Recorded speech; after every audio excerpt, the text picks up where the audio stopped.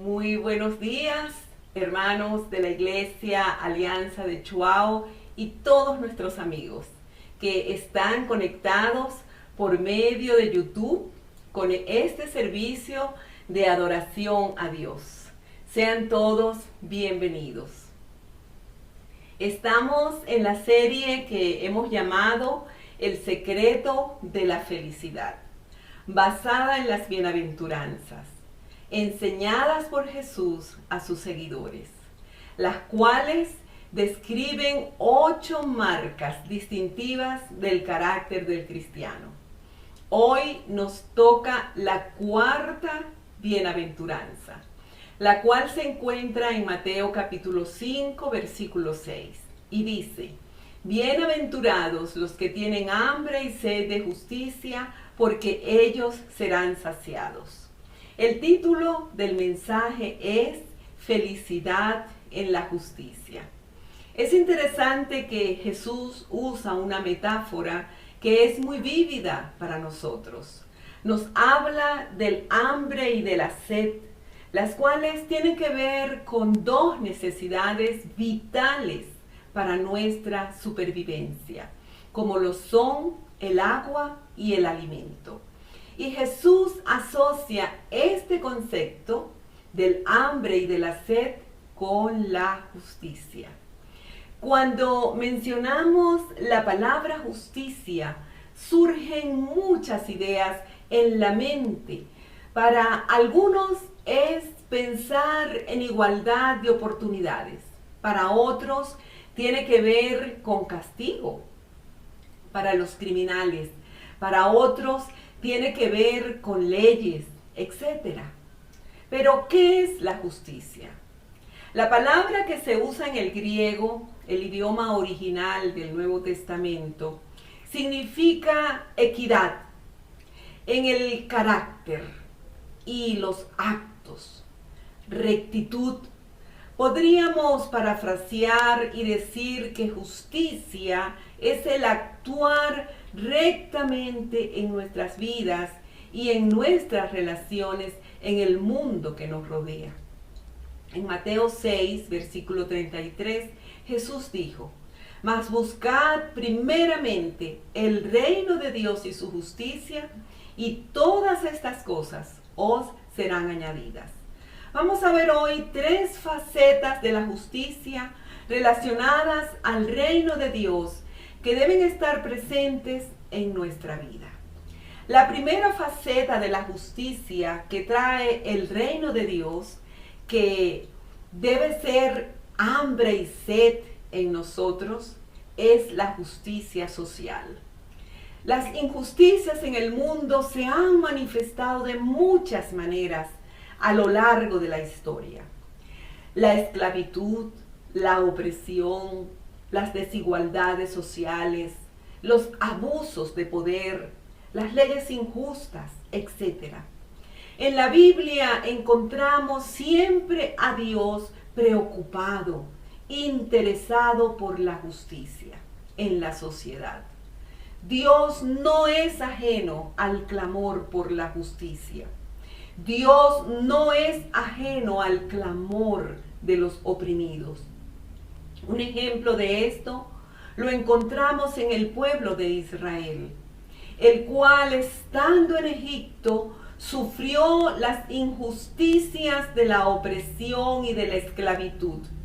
Deuteronomio capítulo 26, versículo 7 dice: Nosotros clamamos al Señor, el Dios de nuestros padres, y Él escuchó nuestro ruego y vio la miseria, el trabajo y la opresión que nos habían impuesto. Dios vio la miseria, Dios vio el trabajo, vio la opresión.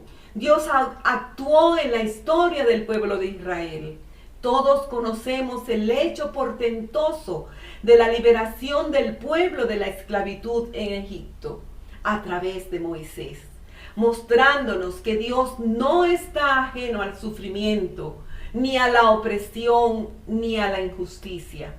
Sin embargo, quienes deberíamos ser los protagonistas en la búsqueda de la justicia social, es decir, los cristianos, nos quedamos muchas veces paralizados ante las injusticias de la sociedad, carentes de un accionar que sea sostenido, un accionar que busque cambios, y nos olvidamos de lo que sucede a nuestro alrededor. El profeta Isaías en el capítulo 58 nos advierte del peligro de aislarnos y escondernos tras una fachada espiritual.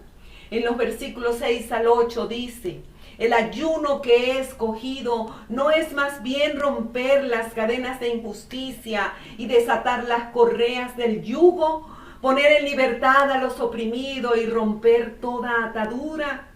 ¿No es acaso el ayuno compartir tu pan con el hambriento y dar refugio a los pobres sin techo?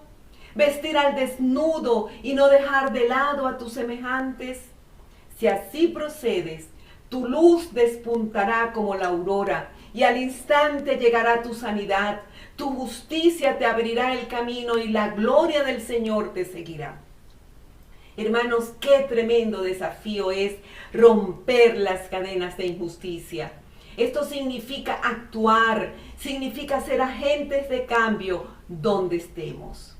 Hermanos, hambre y sed de justicia implica una preocupación por las injusticias sociales de nuestro mundo.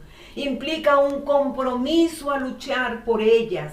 Cuando el Señor dice: bienaventurados los que tienen hambre y sed de justicia, implicaba esa justicia que busca cambios en la sociedad. La segunda faceta de la justicia que Dios desea es la justicia moral. En Miqueas 6, versículo 8, el profeta nos muestra esto claramente, de manera personal. Él dice: ya se te ha declarado lo que es bueno, ya se te ha dicho lo que de ti espera el Señor. Practicar la justicia, amar la misericordia y humillarte ante tu Dios. Hermanos, esto es lo que Dios espera de nosotros. La justicia también se busca en la conducta, en el comportamiento cotidiano, en el día a día, en las pequeñas y en las grandes decisiones de tu vida.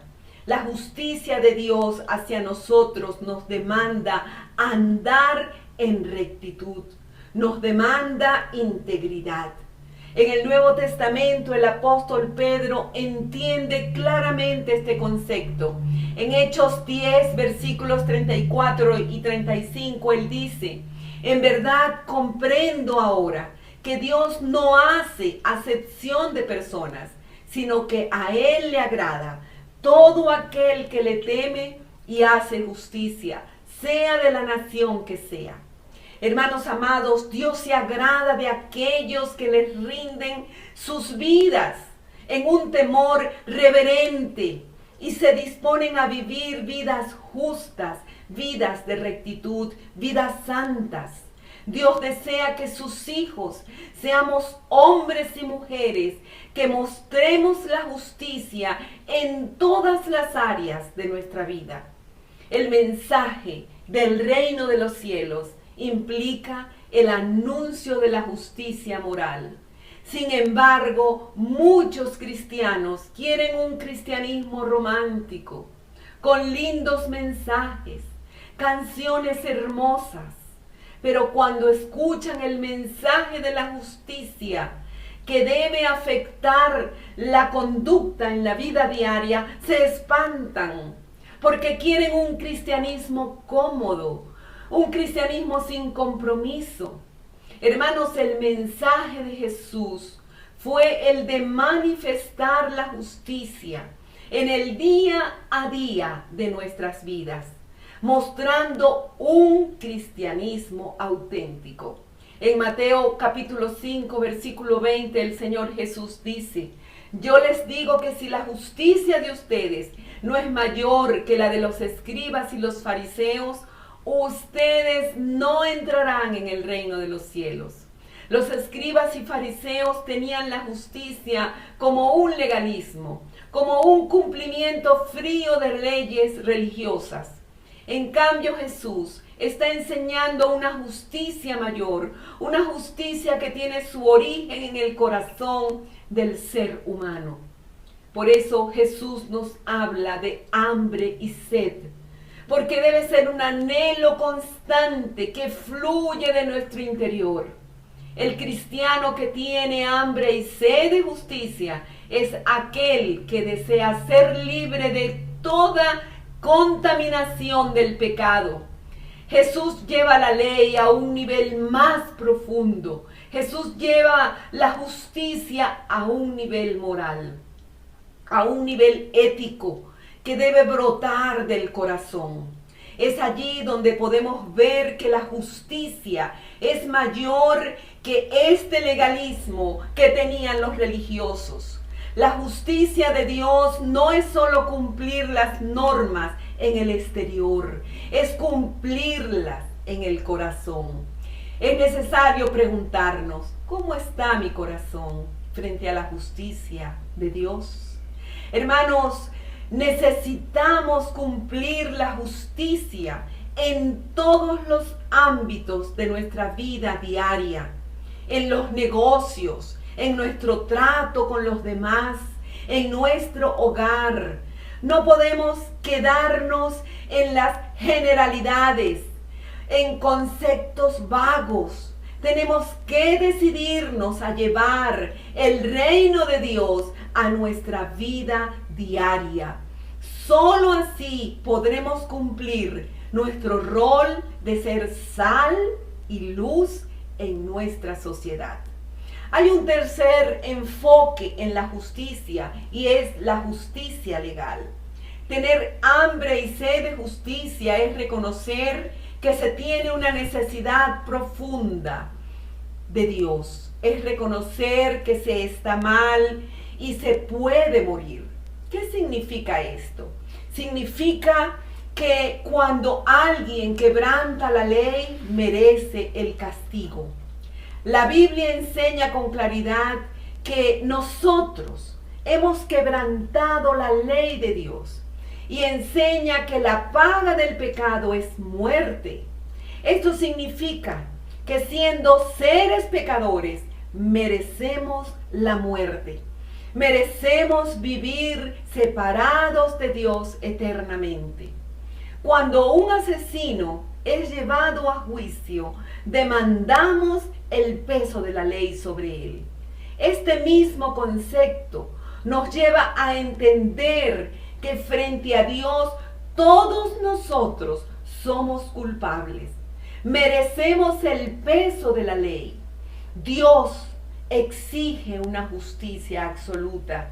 Y la Biblia es clara cuando dice en Romanos 3, versículos 10 al 12, como está escrito, no hay justo ni aun uno. No hay quien entienda, no hay quien busque a Dios. Todos se desviaron a una, se hicieron inútiles. No hay quien haga lo bueno, no hay ni siquiera uno. Entonces, ¿cómo pagar por nuestra culpa? No hay forma de hacerlo. Solo queda la muerte frente a nuestra injusticia. Frente a esta tragedia del hombre y de la mujer, aparece la gracia, aparece el amor de Dios.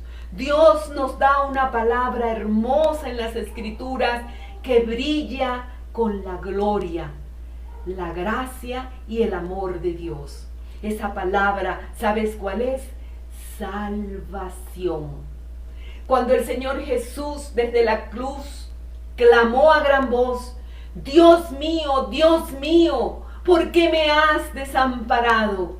En ese mismo momento todos los pecados, la rebeldía, la vileza, la corrupción de todo ser humano recayeron sobre el cuerpo quebrantado, herido, lastimado de nuestro Señor. En ese momento Cristo cargó con el castigo y el juicio de Dios por nuestros pecados. A causa de la cruz, el justo y santo Dios ahora puede perdonarnos y salvarnos. Toda la exigencia de la justicia de Dios ha sido cumplida. El precio ha sido pagado porque Dios coloca a nuestro favor la justicia de Jesucristo. John Newton fue un hombre que en los años de esclavitud en el siglo XVIII disfrutaba las ganancias de la injusticia. Él recibía dinero por transportar esclavos desde el África a las costas de Inglaterra y de América. Un día John Newton escuchó el mensaje de la gracia de Dios, el mensaje del perdón, y Newton le entregó su vida a Jesucristo. Luego este hombre escribió uno de los himnos más amados del cristianismo, que dice: sublime gracia del Señor, que a mí pecador salvó. Fui ciego, mas hoy veo yo. Perdido estaba, y Él me halló. Queridos amigos, el mensaje del Evangelio es el de un favor inmerecido. Porque la salvación no es por esfuerzo humano, no es por obras. La salvación viene de Dios, que en su infinita misericordia nos alcanza y en su gran amor nos lleva a Cristo. Hoy tú puedes acudir a la cruz de Cristo, confesarle tus pecados y recibirlo como tu Redentor y tu Señor. Al recibir el perdón y la justicia de Dios, podrás disfrutar de la verdadera felicidad, porque tu hambre y tu sed serán saciadas. En Juan 6, versículo 35, el Señor Jesús dijo: yo soy el pan de vida. El que a mí viene nunca tendrá hambre, y el que en mí cree no tendrá sed jamás. A ti, mi querido hermano, tal vez hoy te has dado cuenta que aún conociendo la gracia de Dios, tu vida ha ido perdiendo esa sensibilidad frente a las injusticias que te rodean. Yo te animo a que hoy tú le pidas al Señor que pueda ser sensible a ellas, para que tú puedas ser un agente de cambio en nuestra sociedad. Pídele al Señor que te enseñe a actuar con justicia y que te ayude a vivir una vida recta, santa y justa. Amén. Les invito a inclinar sus rostros. Vamos a orar. Amado Padre Celestial, te exaltamos y bendecimos tu glorioso nombre. Señor, gracias por nuestra salvación, porque hemos sido justificados por la fe. Gracias, Señor Jesucristo, por tu sacrificio en la cruz del Calvario por nuestros pecados. Señor, te pedimos que nos ayudes a vivir en rectitud, a vivir en justicia y a vivir en santidad. Enséñanos, Señor, a actuar con justicia, que podamos ser agentes de cambio en nuestra sociedad. Una sociedad plagada de injusticias. Señor, gracias.